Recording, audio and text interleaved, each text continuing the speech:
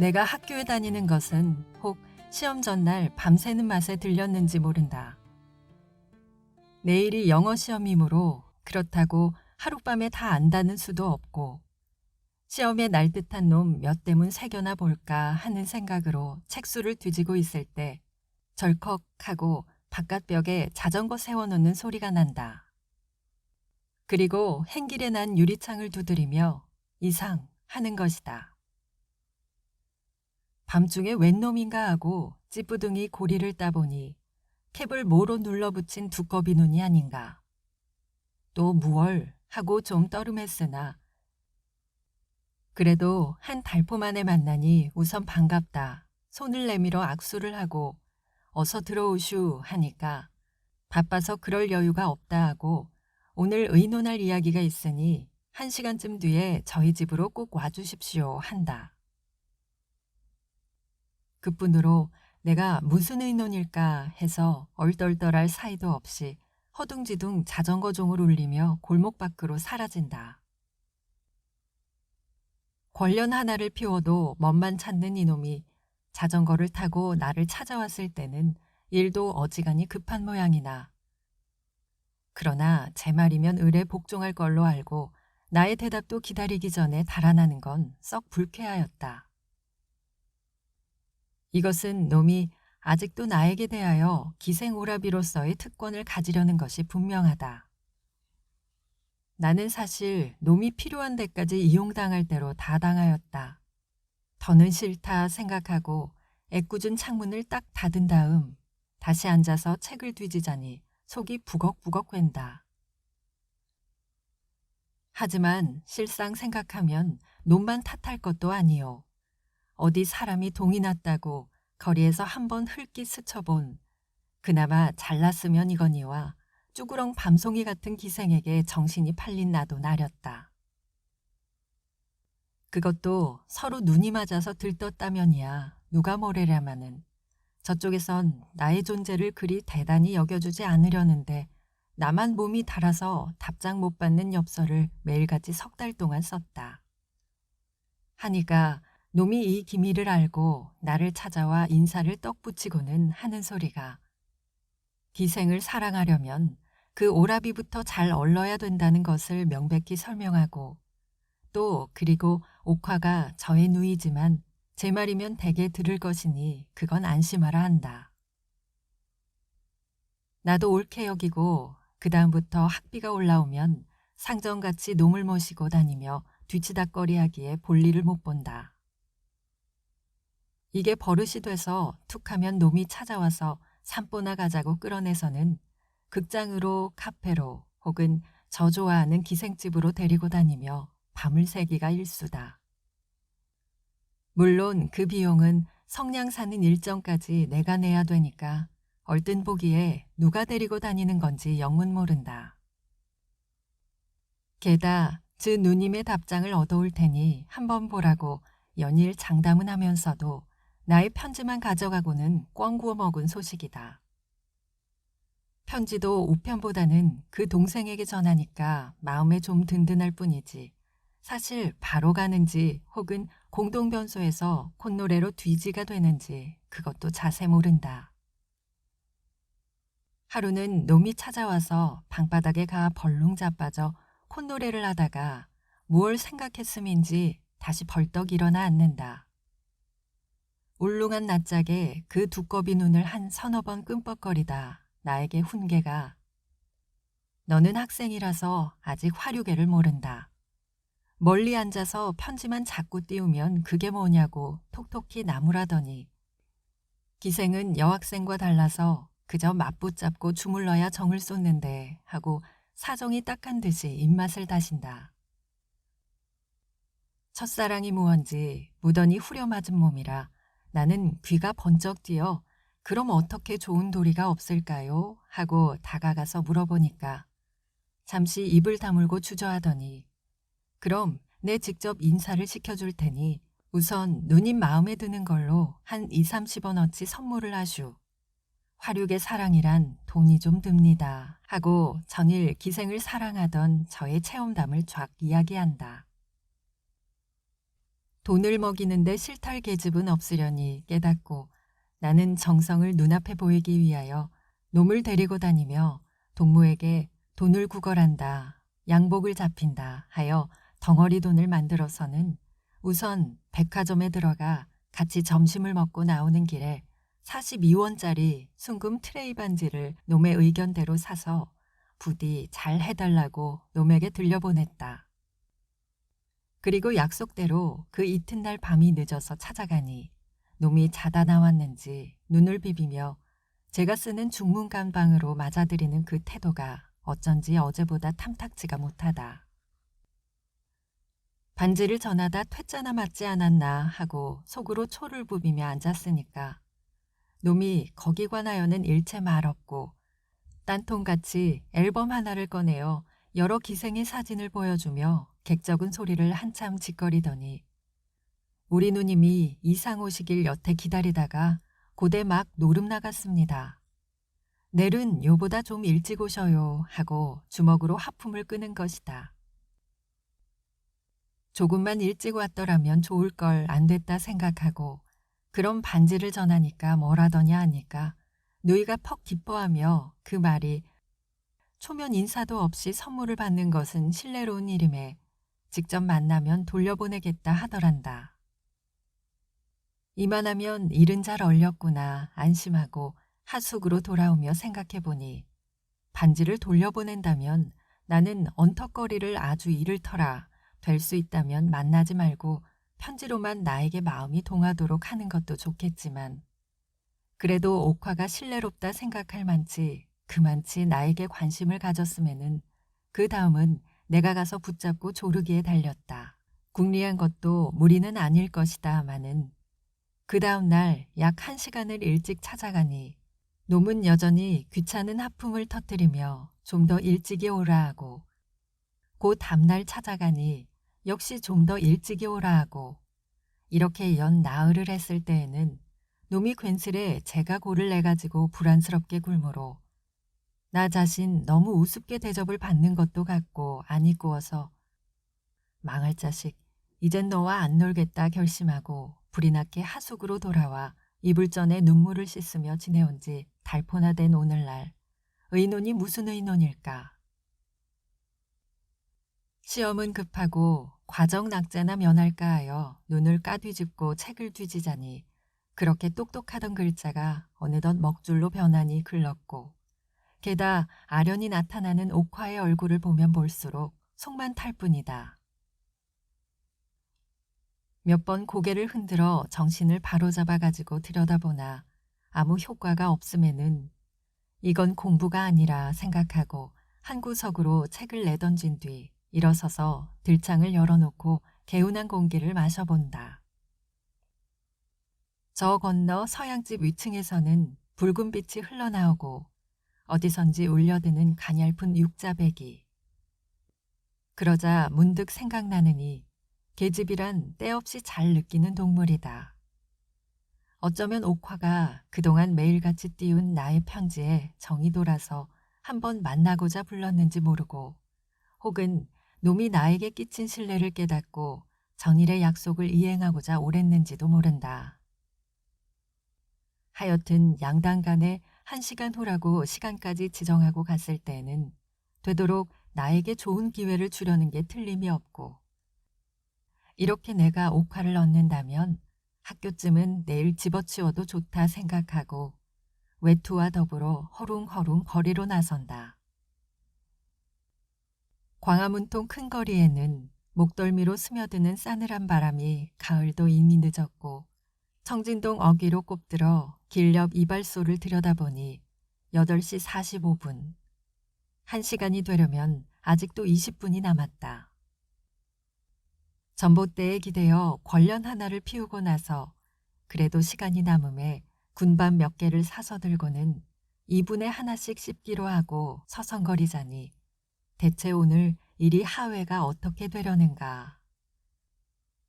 성화도 나고 계집에게 첫 인사를 하는데 뭐라 해야 좋을는지. 그러나 저에게 대한 내 열정의 총량만 보여주면 그만이니까 만일 네가 나와 살아준다면 그리고 네가 원한다면 내 너를 등에 업고 백리를 가겠다. 이렇게 다짐을 두면 그뿐일 듯도 싶다. 그 외에는 아버지가 보내주는 흙 묻은 돈으로 근근히 공부하는 나에게 별도리가 없고, 이런 때 아버지가 돈 한 뭉텅이 소포로 붙여줄 수 있으면 하고 한탄이 절로 날 때 국수집 시계가 늙은 소리로 9시를 울린다. 지금쯤은 가도 되려니 하고 옆골목으로 들어섰으나 옥화의 집 대문 앞에 딱 발을 멈출 때에는 까닭없이 가슴이 두근거리고, 그것도 좋으련만 목청을 가다듬어 두꺼비의 이름을 불러도 대답은 어디 갔는지 안채에서 계집 사내가 영문 모를 소리로 악장만 칠 뿐이요. 그대로 난장판이다. 이게 웬일일까 얼떨하여 떨리는 음성으로 두서너 번 불러보니 그제야 문이 삐걱 열리고 뚱뚱한 안잠자기가 나를 쳐다보고 누구를 찾느냐 하기에 두꺼비를 보러 왔다 하니까 뾰족한 입으로 중문 감방을 가리키며 행주치마로 코를 쓱 씻는 양이 긴치 않다는 표정이다. 전일 같으면 내가 저에게 편지를 전해달라고 패를 끼치는 일이 한두 번 아니라서 저를 만나면 담뱃값으로 몇 푼씩 집어주므로 저도 나를 늘 반기는 터이련만 왜 이리 기색이 틀렸는가. 오늘 밤 일도 아마 헛물켜나 보다. 그러나 우선 툇마루로 올라서서 방문을 쓱 열어보니 서로 잣다 치더라도 그 소란 통에 놀라 깨기도 했으련만 두꺼비가 마치 떡매로 얻어맞은 놈처럼 방 한복판에 푹 엎으러져 고개 하나 들 줄 모른다. 사람은 불러놓고 이게 무슨 경우인가 싶어서 눈살을 찌푸리려다 강영 어디 편찮으슈? 하고 좋은 목소리로 그 어깨를 흔들어 보아도 눈 하나 뜰 줄 모르니 이놈은 참 암만 해도 알 수 없는 인물이다. 혹 내 일을 잘되게 돌보아 주다가 집안에 분란이 일고 그 끝에 이렇게 되지나 않았나 생각하면 못할 바도 아니려니와, 그렇다 하더라도 두꺼비 등 뒤에 똑같은 모양으로 엎으러졌는 채선이의 꼴을 보면 어떻게 추측해 볼 길이 없다. 누님이 수양딸로 사다가 가물을 가르치며 부려먹는다던 이 채선이가 자정도 되기 전에 제법 방바닥에 엎으렸을 리도 없고, 더구나 처음에는 몰랐던 것이나 두 사람의 입 코에서 멀건 콧물과 개거품이 뺨 밑으로 거무르는 걸 본다면 웬만한 장난은 아닐 듯 싶다. 머리끝이 쭈뼛하도록 나는 겁을 집어먹고 이 머리를 흔들어보고 저 머리를 흔들어보고 이렇게 눈이 둥그랬을 때 벼랑간 미닫이가 딱 하더니 필연 옥화의 어머니리라. 얼굴 강총한 늙은이가 표독스레 들어온다. 그 옆에 장승같이 섰는 나에게는 시선도 돌리려지 않고 두꺼비 앞에 가 팔싹 앉아서는 도끼 눈을 뜨고 대뜸 들고 들어온 장죽통으로 그 머리를 후려갈기니 팡 하고 그 소리에 내 등이 다 선뜩하다. 배지가 터져 죽을 이 망할 자식. 집안을 이렇게 망해놓니? 죽을 테면 죽어라. 어서 죽어 이 자식. 이렇게 독살에 숨이 차도록 두 손으로 그 등허리를 대고 꼬집어 뜯더니 그래도 꼼짝 않는 데는 할 수 없는지 결국 이 자식 너 잡아먹고 나 죽는다 하고 목청이 찢어지게 발악을 치며 귓배기를 물어뜯고자 매섭게 덤벼든다. 그러니 옆에 섰는 나도 덤벼들어 뜯어말리지 않을 수 없고 늙은이의 근력도 얕볼 게 아니라고 비로소 깨달았을 만치 이걸 붙잡고 한참 실갱이를 할 즈음 그 자식 죽여버리지 그냥 둬 하고 천둥 같은 호령을 하며 이번에는 늙은 마감옥이 마치 저와 같이 생긴 투박한 장작개비 하나를 들고 신발째 방으로 뛰어든다. 그 서두는 품이 가만두면 사람 몇 쯤은 넉넉히 잡아놓을 듯하므로 이런 때는 어머니가 말리는 법인지는 모르나 내가 고대 붙들고 힐난을 하던 안 늙은이가 기급을 하여 일어나서는 영감 참으슈 영감 참으슈 연실 이렇게 달래며 허겁지겁 밖으로 끌고 나가기에 조이 골도 빠진다. 마감옥은 끌리는 대로 중문 안으로 들어가며 이 자식아 몇째냐? 벌써 7째 일해놓질 않았니? 이 줄이랄 자식 하고 시끈벌떡하더니 안대청에서 뭐라고 주책 없이 개걸거리며 발을 구르며 이렇게 집안을 떠엎는다. 가만히 눈치를 살펴보니 내가 오기 전에도 몇 번 이런 북새가 인 듯 싶고 암만 하여도 나 자신이 헐없이 도깨비에게 홀린 듯 싶어서 손을 꽂고 멀뚱히 선노라니까 빼꼼히 열린 미닫이 틈으로 살집 좋고 허여멀건 안짬자기의 얼굴이 남실거린다. 대관절 웬 속셈인지 좀 알고자 미닫이를 열고는 그 어깨를 넌지시 꾹 찍어가지고 대문 밖으로 나와서 이게 어떻게 되는 일이냐고 물으니 이 망할 게 콧등만 찌끗할 뿐으로 전 흥미가 없단 듯이 고개를 돌려버리는 게 아닌가. 몇 번 물어도 입이 잘 안 떨어지므로 등을 두덕여주며 그 입에다 권련 하나 피워 물리지 않을 수 없고 그제야 녀석이 죽는다고 독약을 먹었지 뭘 그러슈 하고 퉁명스레 봉을 떼자 나는 넌덕스러운 그의 소행을 아는지라 왜? 하고 성급히 그 뒤를 재우쳤다. 잠시 입을 삐죽이 내밀고 세상 다 더럽단 듯이 삐죽거리더니 은근히 하는 그 말이 두꺼비 놈이 제 수양 조카 딸을 어느 틈엔가 꿰차고 돌아치므로 옥화가 이것을 알고는 눈에 쌍심지가 올라서 망할 자식 나가 빌어나 먹으라고 방추로 두들겨 내쫓았으니 둘이 못 살면 차라리 죽는다고 저렇게 약을 먹은 것이라 하고 에이 자식도 어디 없어서 그래 수양 조카 딸을 하기에 이왕 그런 걸 어떡하오 그대로 결혼이나 시켜주지 하니까 그게 무슨 말씀이유 하고 바로 제일같이 펄쩍 뛰더니 채선이년의 몸뚱이가 인제 앞으로 몇 천 원이 될지 몇만 원이 될지 모르는 금덩이 같은 계집인데 원 하고 넉살을 부리다가 잠깐 침으로 목을 축이고 나서 그리고 또 7째야요. 모처럼 수양딸을 데려오면 놈이 꾀꾀리 주물러서 버려놓고 하기를 이렇게 7 하고 내 코 밑에다 2 손을 들이대고 똑똑히 7 손가락을 펴베는 것이다. 그럼 무슨 약을 먹었느냐고 물으니까 그건 확실히 모르겠다 하고 아까 힝하게 자전거를 타고 나가더니 아마 어디서 약을 사가지고 와 둘이 얼러먹고서 저렇게 자빠진 듯하다고. 그러다 내가 저게 정말 죽지나 않을까 겁을 집어먹고 사람의 수액이란 알 수 없는데 하니까 뭐리요 먹긴 좀 먹은 듯하나 그러나 원체 알깍쟁이가 돼서 죽지 않을 만큼 먹었을 테니까 염려 없어요 하고 아닌 밤중에도 두들겨 깨워서 우동을 사오너라 호떡을 사오너라 하고 펄쩍나게 부려는 먹고 쓴 담배 하나 먹어보라는 법 없는 조녀석이라고 오랄지게 욕을 퍼붓는다. 나는 모두가 꿈을 보는 것 같고 어릿광대 같은 자신을 깨달았을 때 어처구니가 없어서 벙벙이 섰다가 선생님 누굴 만나러 오셨수? 하고 대견히 묻기에 나도 펴놓고 옥화를 좀 만나볼까 해서 왔다니까. 흥 하고 콧등으로 한 번 웃더니 저희끼리 붙어먹는 그거 말씀이유? 이렇게 비웃으며 내 허구리를 쿡 찌르고 그리고 곁눈을 슬쩍 흘리고 어깨를 맞부비며 대드는 양이 바로 느물러든다.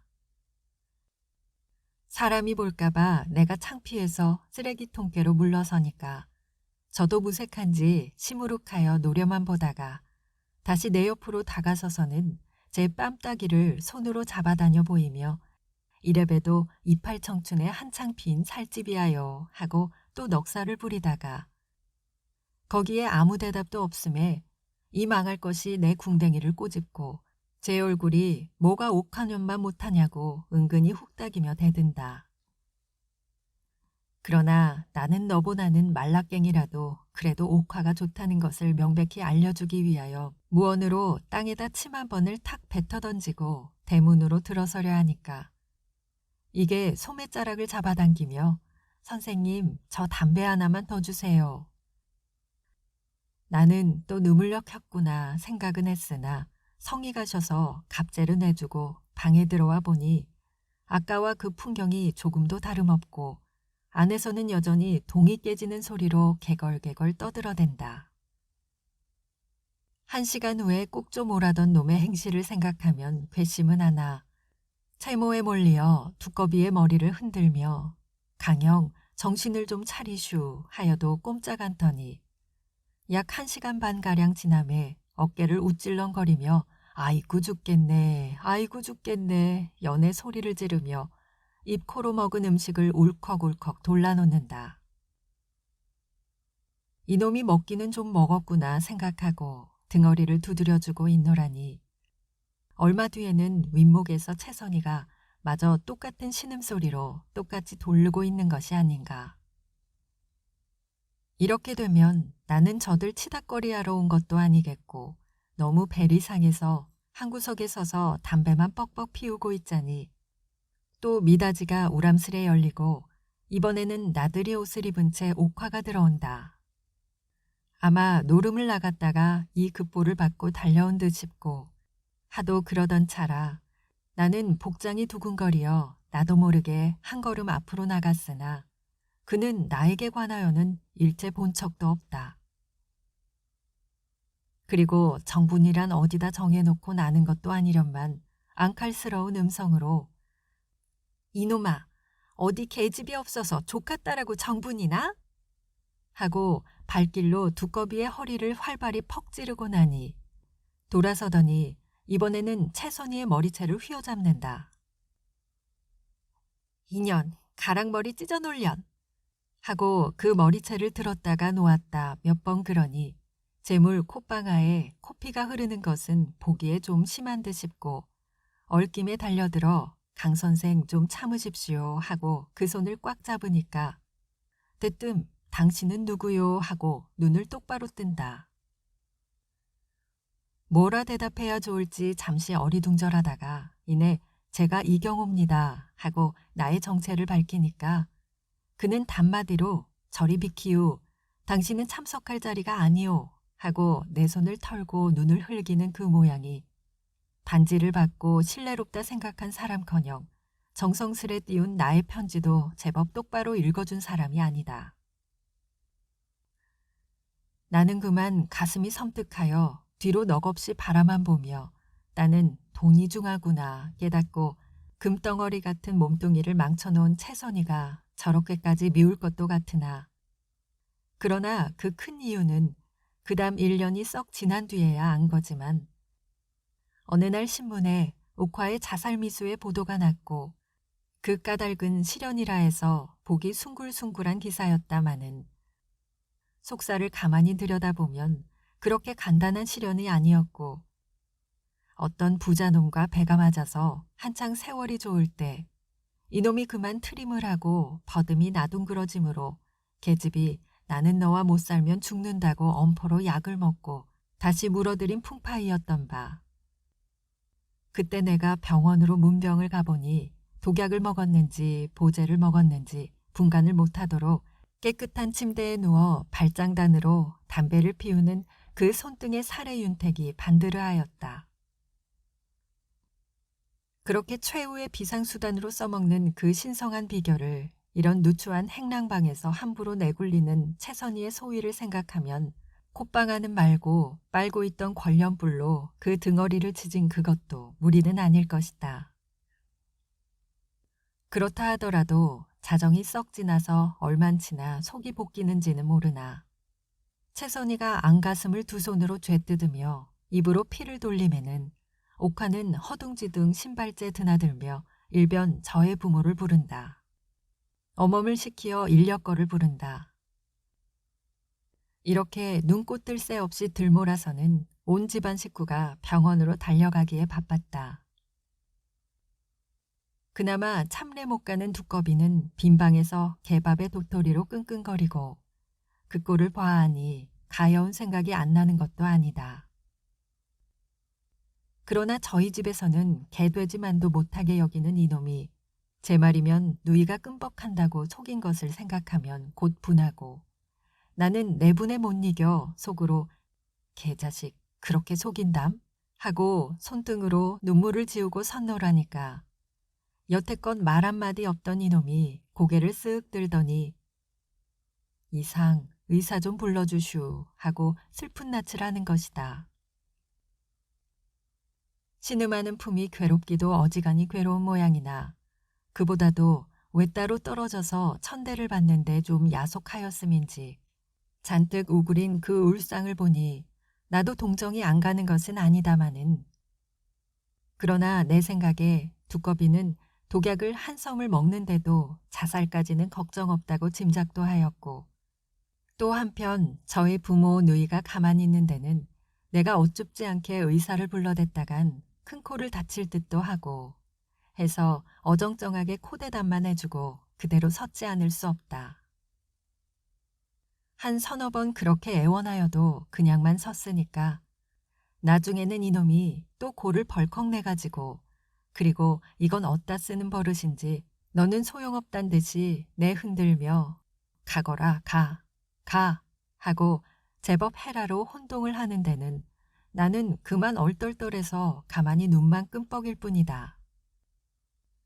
잘 따져보면 내가 제 손을 붙들고 눈물을 흘려가면서 노유와 좀 만나게 해달라고 애걸을 하였을 때 나의 처신은 있는 대로 다 이를 듯도 싶으나 그 언제이던가 놈이 양돼지같이 뚱뚱한 그리고 알몸으로 찍은 제 사진 한 장을 내보이며 이래봬도 한때는 다 하고 슬며시 뻐기던 그것과 겹쳐서 생각하면 놈의 행실이 번이 꿀쩍지분한 것은 넣게 알 수 있다.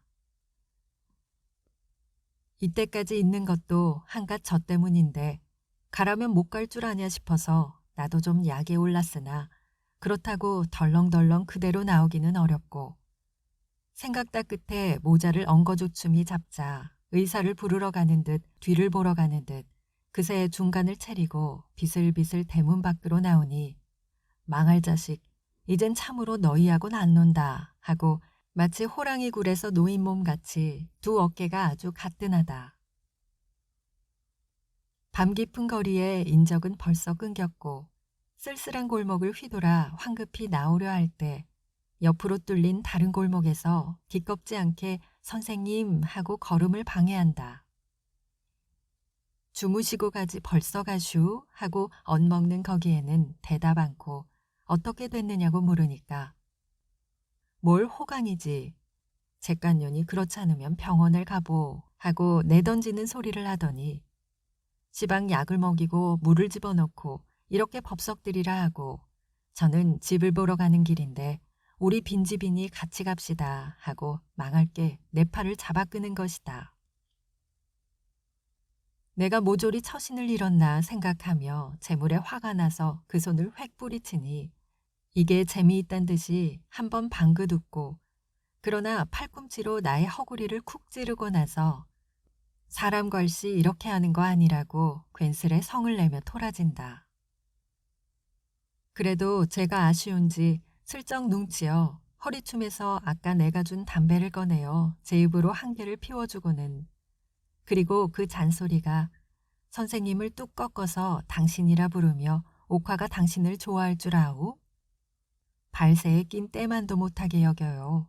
하고 나의 비위를 긁어놓고 나서 편지나 잘 받아봤으면 좋지만 그것도 체부가 가져오는 대로 무슨 편지고 간 두꺼비가 먼저 받아보고는 치우고 하는 것인데 왜 정신을 못 차리고 이리 병신짓이냐고 입을 내대고 분명히 빈정거린다. 그렇다 치면 내가 입대 옥화에게 한 것이 아니라 결국은 두꺼비한테 사랑 편지를 썼구나 하고 비로소 깨달으니 아무것도 더 듣고 싶지 않아서 발길을 돌리려니까 이게 꽉 붙잡고 내 손에 끼인 먹던 권련을 쑥 뽑아 제 입으로 가져가며 언제 한번 찾아갈 테니 노하지 않을 테냐 묻는 것이다. 저분이 구는 것이 너무 성이 가셔서 대답 대신 주머니에 남았던 돈 30전을 꺼내주며 담뱃값이나 하라니까 또 고를 가. 에이 그럼 맘대로 해라 싶어서 그럼 꼭 한번 오우 내 기다리리다 하고 좋도록 떼놓은 다음 골목 밖으로 불이 나게 나와 보니 목로집 시계는 한 점이 훨씬 넘었다. 나는 얼빠진 등신처럼 정신없이 내려오다가 그러자 선뜻 잡히는 생각이 기생이 늙으면 갈 데가 없을 것이다. 지금은 본체도 안 하나 옥화도 늙는다면 내게밖에는 갈 데가 없으려니 하고 조금 안심하고 늙어라 늙어라 하다가 뒤를 이어 아 영어 하고 나오나 그러나 내일 볼 영어 시험도 곧 나의 연애의 연장일 것만 같아서 에라 될 대로 되겠지 하고 집어치우고는 퀭한 광화문통 거리 한복판을 내려오며 늙어라 늙어라고 만물이 늙기만을 마음껏 기다린다.